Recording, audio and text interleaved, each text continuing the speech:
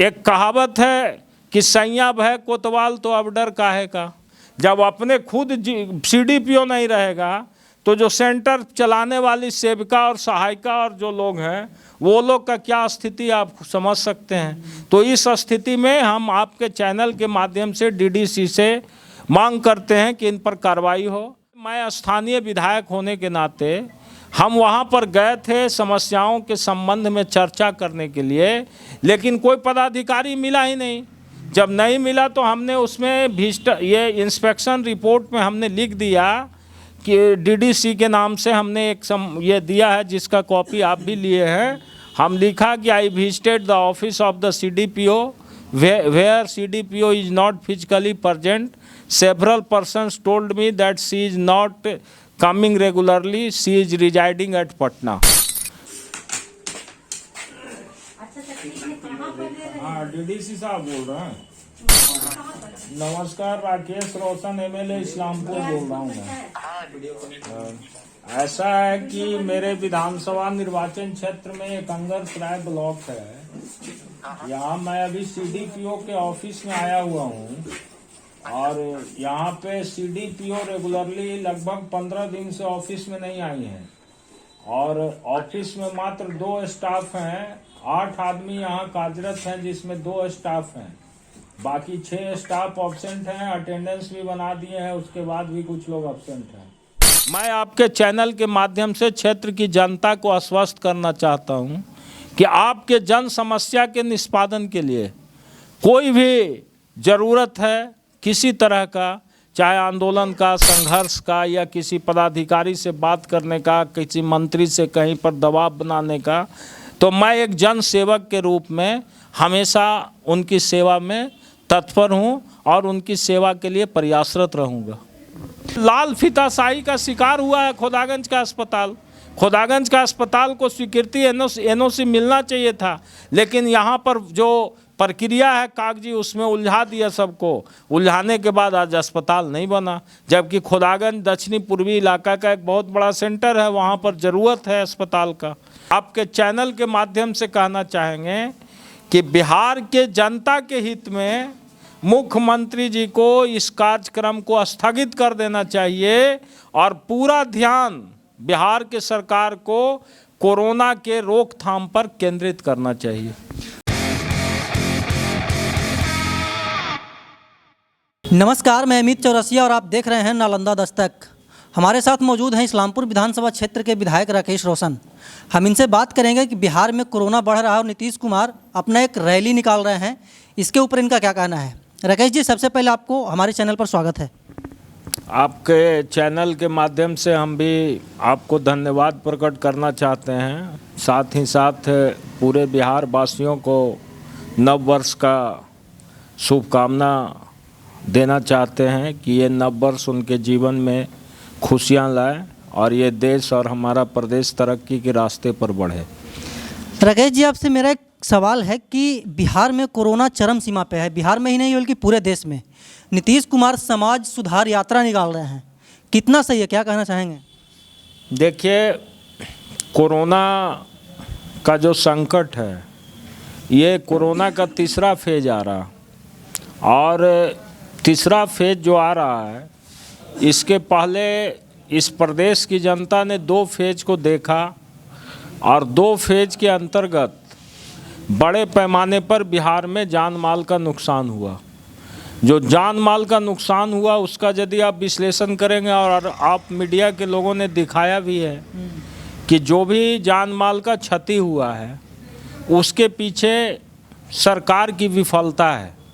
चूँकि बिहार जैसे प्रदेश में दवा के अभाव में, डॉक्टर के अभाव में, अच्छा अस्पताल का व्यवस्था नहीं रहने के अभाव में हजारों लोग मरे, और ख़ास करके जो सेकंड वेव आया था कोरोना का, उसमें तो ये हालत था कि लोग हॉस्पिटल में बरामदा तक, बाथरूम तक पड़े हुए थे और कोई उनका नोटिस लेने वाला नहीं था।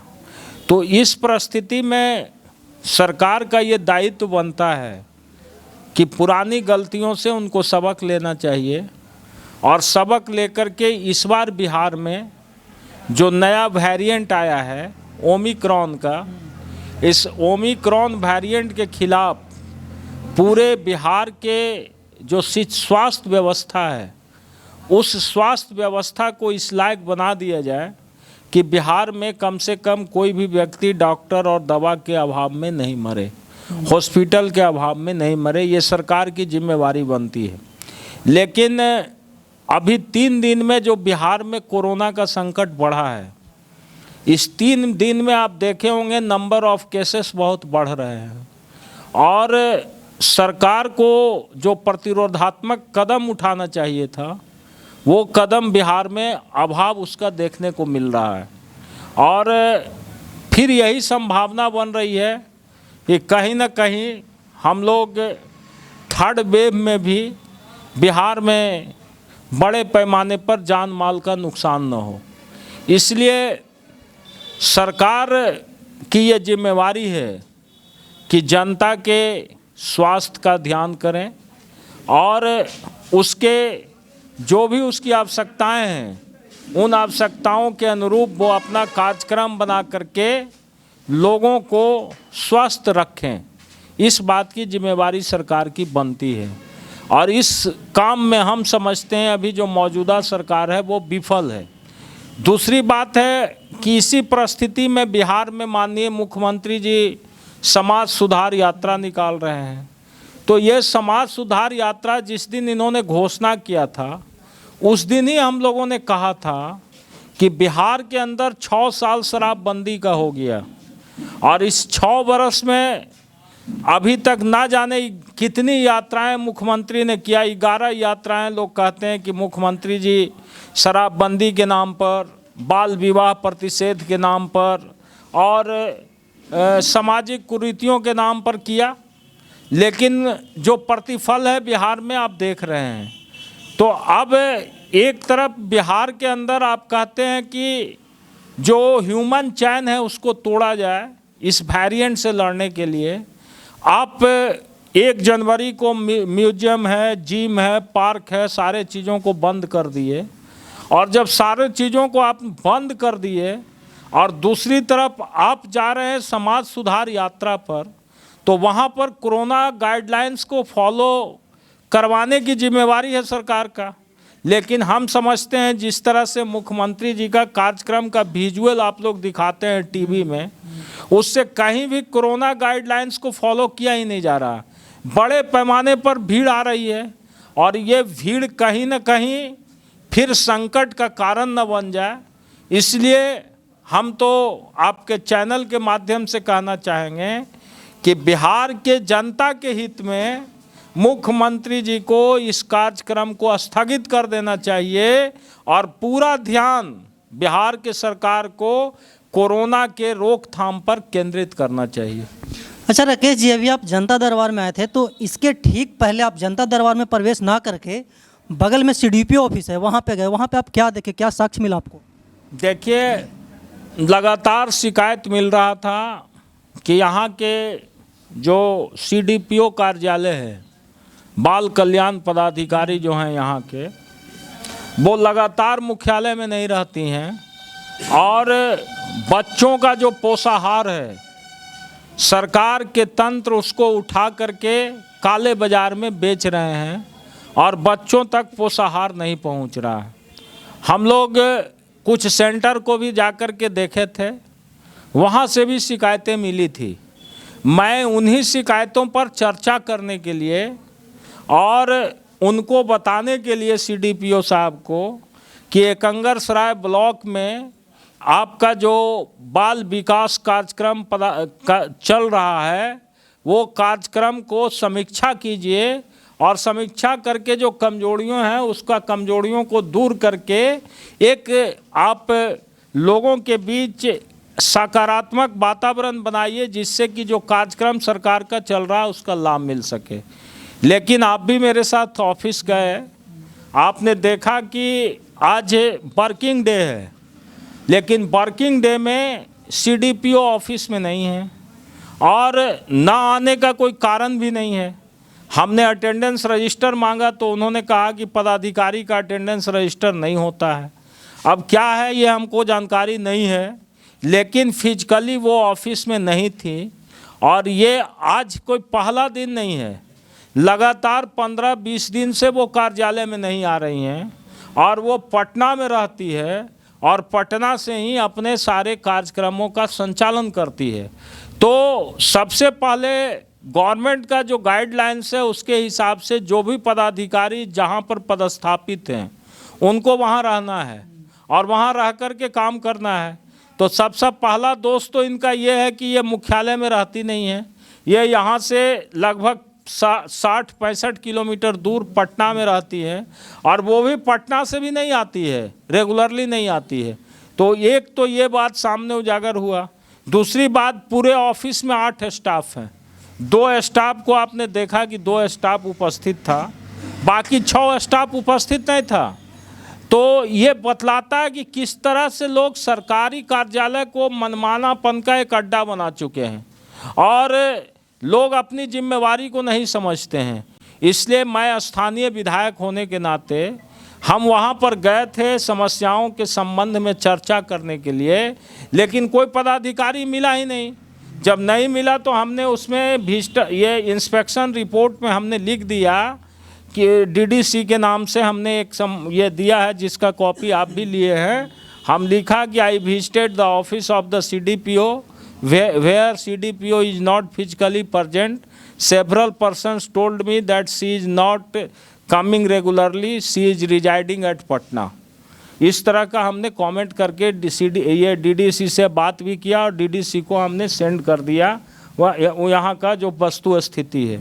तो मेरा मकसद है कि हम सरकार की योजनाओं को ज़मीन पर कैसे उतारें और सरकार के योजनाओं को ज़मीन पर उतारने के लिए जो माध्यम है, जो संस्थाएं हैं जिसके लिए सरकार पैसा खर्चा कर रही है, वो लाभुक तक नहीं पहुंच रहा है। और उसके जिम्मेवार यहाँ के यदि CDPO हैं या यहाँ के जो कर्मचारी हैं, तो हम आपके चैनल के माध्यम से ये मांग करना चाहते हैं कि उन पर कार्रवाई होना चाहिए।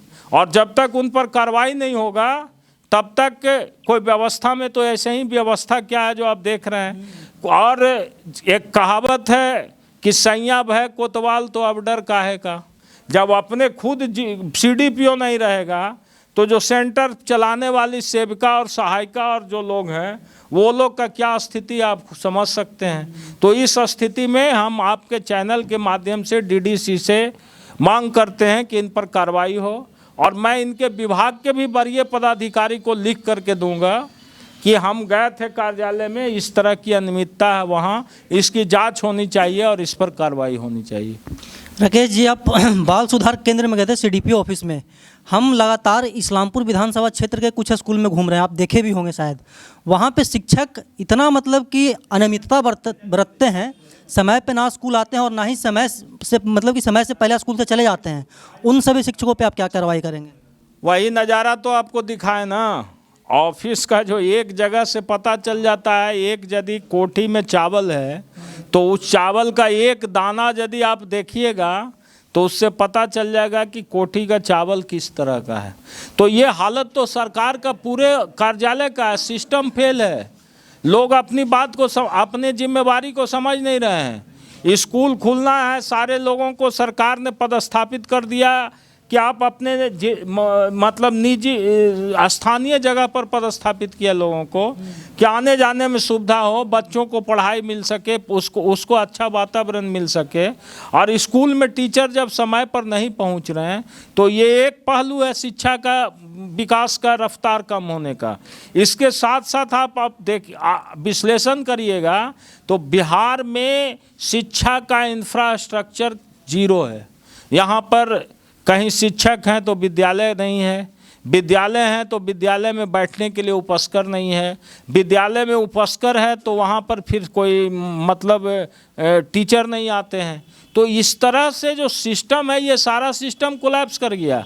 नीतीश कुमार एक तरफ कहते हैं न्याय के साथ विकास, तो न्याय के साथ विकास का मतलब क्या है? न्याय के साथ विकास का मतलब है कि सब लोगों का जो लक्ष्य है उस लक्ष्य के तरफ सबको बढ़ना चाहिए और सब अपने दायित्वों और कर्तव्यों का निर्वहन करें। लेकिन यहाँ तो जो हालत है देख रहे हैं आप, सारे सरकारी कार्यालय में लोग समझते हैं कि हम तो नौकरी कर रहे हैं, हमको क्या है, हम नहीं आएंगे 15 दिन क्या हो जाएगा, 20 दिन नहीं आएंगे क्या हो जाएगा। तो सरकार का ये चेहरा तो आपके सामने है और यही चेहरा स्कूल में दिखाई पड़ रहा है, यही चेहरा दूसरे कार्यालय में दिखाई पड़ रहा है। राकेश रोशन इस पे क्या करेंगे?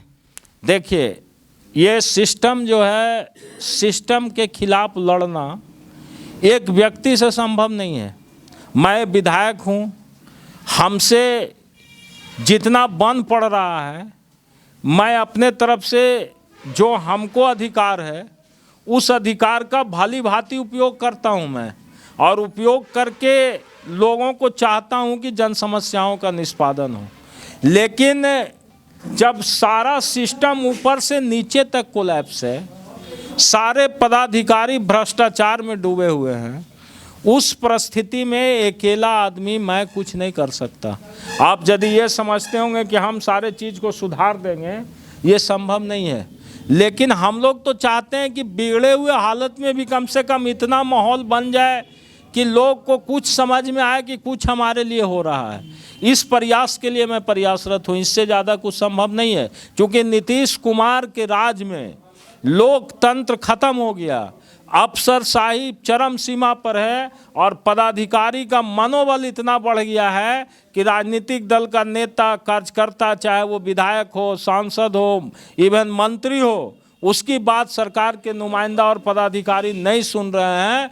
हम लोग दबाव बना करके किसी तरह से पब्लिक का प्रेशर बना करके कुछ काम निष्पादित करवाते हैं, लेकिन ये पदाधिकारी लोग जो है इस तरह से बेखौफ हैं और इन लोगों पर कोई अंकुश नहीं है। ऐसा पहले कभी देखने को नहीं मिला था। बिहार में लालू जी की भी सरकार थी 15 साल, पता चलता था कि सरकार कैसे चलता है, क्या राजनीतिक दल के कार्यकर्ता का और सामाजिक कार्यकर्ता का क्या भूमिका है, समझ में आता था।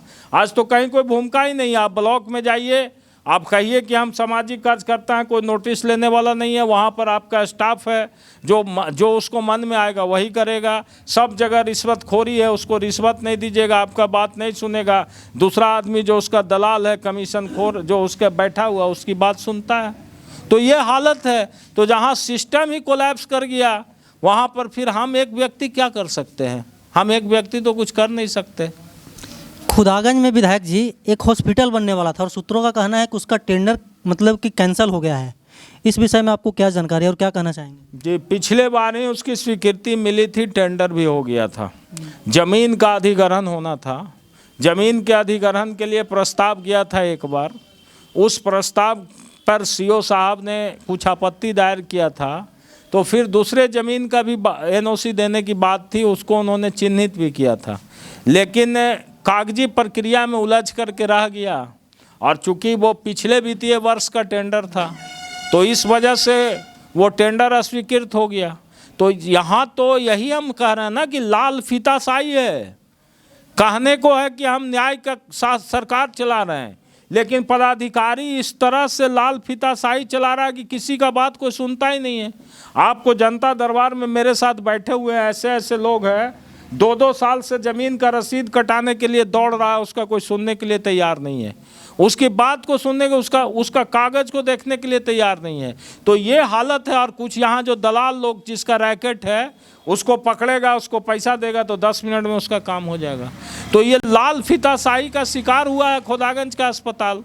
खुदागंज का अस्पताल को स्वीकृति एनओसी मिलना चाहिए था, लेकिन यहाँ पर जो प्रक्रिया है कागजी, उसमें उलझा दिया सबको। उलझाने के बाद आज अस्पताल नहीं बना, जबकि खुदागंज दक्षिणी पूर्वी इलाका का एक बहुत बड़ा सेंटर है, वहाँ पर ज़रूरत है अस्पताल का।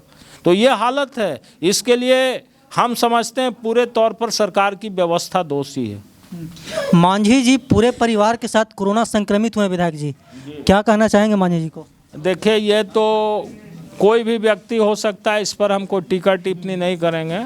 अब स्वास्थ्य की बात है, मांझी जी यदि संक्रमित हो गए हैं तो हम ईश्वर से प्रार्थना करेंगे कि जितना जल्द हो वो सब परिवार स्वस्थ हों। इस पर कोई टीका टिप्पणी करने की बात नहीं है। आखिरी सवाल विधायक जी, क्षेत्र की जनता को क्या संदेश देना चाहेंगे हमारे चैनल के माध्यम से? देखिए, नव वर्ष में क्षेत्र की जनता को मैं एक ही बात कहना चाहता हूँ कि आप यदि चाहते हैं कि हम अपनी समस्याओं का निष्पादन करें तो आपको अपने हक और अधिकार के लिए आवाज़ बुलंद करना होगा, लड़ना होगा। और आपको जहां ये महसूस होता है कि इस लड़ाई में एक जनप्रतिनिधि के रूप में विधायक के सहयोग की आवश्यकता है, मैं आपके चैनल के माध्यम से क्षेत्र की जनता को आश्वस्त करना चाहता हूं कि आपके जन समस्या के निष्पादन के लिए कोई भी ज़रूरत है किसी तरह का, चाहे आंदोलन का, संघर्ष का, या किसी पदाधिकारी से बात करने का, किसी मंत्री से कहीं पर दबाव बनाने का, तो मैं एक जन सेवक के रूप में हमेशा उनकी सेवा में तत्पर हूं और उनकी सेवा के लिए प्रयासरत रहूंगा। तो हमारे साथ मौजूद थे क्षेत्र विधायक राकेश कुमार रोशन, जो कि एकंगरसराय प्रखंड क्या बोलते हैं कि पार्टी कार्यालय में जनता दरबार लगाए थे और उसके पहले वो सीडीपीओ ऑफिस गए और वहाँ पे अधिकारी अनुपस्थित दिखे, यहाँ तक कि वो क्षेत्र में ना होकर के पटना में कुर्सी तोड़ रहे थे। विधायक जी का कहना है कि हम क्षेत्र की जनता के विकास के लिए, क्षेत्र का विकास के लिए कदम से कदम लड़ा करके चलेंगे और ये हमारे हर एक सवाल का प्रमुखता से जवाब दिए। हम ऐसे ही देश दुनिया की तमाम छोटी बड़ी खबरों से आपको रूबरू करवाते रहते हैं और आगे भी करवाते रहेंगे। तब तक के लिए बने रहे हमारे साथ और देखते रहे नालंदा दस्तक। धन्यवाद। हर सेंटर में बहुत बड़ा शिकायत है सर, कोई सेंटर पर नहीं चेक करते हैं लोग। सेंटर को जिस सब पोषाहार बिक रहा बाजार में 1 रुपया का, थोड़ी के लोग जनता हम बांट रहे हैं। पब्लिक लड़कन का नाम मदनपुर आंगनबाड़ी भी वो केंद्र है, जाकर देख लीजिए वहाँ की क्या स्थिति है। सब टूटा हुआ है, जैसे कि तैसे एकदम है। इसको कर लिए बहुत अच्छी है ना। डीडीसी को फोन लगाए, देखिए क्या नाम है। हाँ, डीडीसी साहब बोल रहे हैं। नमस्कार, राकेश रोशन एमएलए इस्लामपुर बोल रहा हूँ मैं। ऐसा है कि मेरे विधानसभा निर्वाचन क्षेत्र में एकंगरसराय ब्लॉक है। यहाँ मैं अभी सीडीपीओ के ऑफिस में आया हुआ हूँ और यहाँ पे सीडीपीओ रेगुलरली लगभग 15 दिन से ऑफिस में नहीं आई हैं और ऑफिस में मात्र 2 स्टाफ हैं। 8 आदमी यहाँ कार्यरत हैं जिसमें 2 स्टाफ हैं, बाकी 6 स्टाफ एब्सेंट हैं। अटेंडेंस भी बना दिए हैं, उसके बाद भी कुछ लोग एब्सेंट हैं। तो हमने इनके अटेंडेंस बुक पर हमने लिख दिया है सारा चीज, तो उसको मैं आपके पास सेंड करता हूँ और एक लिख के भी भेजता हूँ। नहीं, बिल्कुल आप भेजिए, नहीं करने का। हाँ, यहाँ पे ये हाल है एकंगरसराय का कि यहाँ पे सारे जितने भी सेंटर हैं, सारे सेंटर बंद हैं और ये लोग बच्चों का संख्या बढ़ा करके पोषाहार उठा करके काला बाजार में बेच रहा है। तो इस स्थिति में गवर्नमेंट का ये सारा स्कीम ही फेल है। नहीं, ये तो बहुत सीरियस इशू है।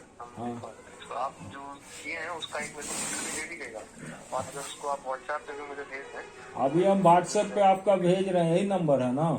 हाँ, यही नंबर है। हाँ, तो हम अभी भेज रहे हैं इसको व्हाट्सएप पे और फिर हम एक लिख के भी आपको देते हैं। हाँ, हाँ, ठीक, ओके, थैंक यू।